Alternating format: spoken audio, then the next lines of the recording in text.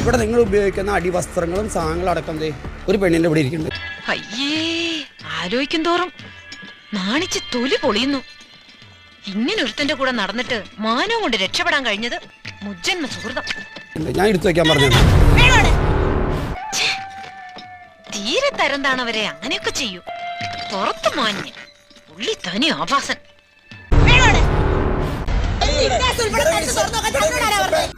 അത് ഒന്നും ഉണ്ടായിട്ടില്ല. അപ്പൊ ഞാൻ കണ്ടതോ? ചോദിച്ച കേട്ടില്ലേ? ഞാൻ കണ്ടത് പിന്നെ എന്തായിരുന്നു?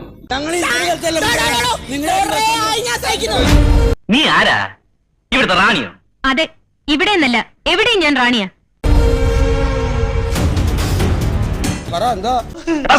ഇവരെ പിടിച്ചോട്ട് പോയി പറമ്പിൽ വല്ല മരത്തിൽ തളച്ചിട്. ഞാനെന്താ വല്ല ആനയോടോ തണ്ട? നീ പോടാ തെണ്ടി, നീ പോടാ പരമത, നീ പോടാ. ഒന്നും മിണ്ടാതിരിക്കണം പട്ടികളെ. ഇനിയും ഇവിടെ കിടന്ന് കുറച്ചാലുണ്ടല്ലോ രണ്ടിനും ഞാൻ ചവിട്ടി പുറത്തിടും. എന്തിനാണോ പോയി വിളിക്കുന്നത്? നിങ്ങളുടെ വല്ലവരും ചത്തോ അല്ലെങ്കിൽ ആരെങ്കിലും ഇവിടെ തുണിയില്ലാതെ നിൽക്കുന്നു? കുറെ നാളായി ഇത് തുടങ്ങിയിട്ട്.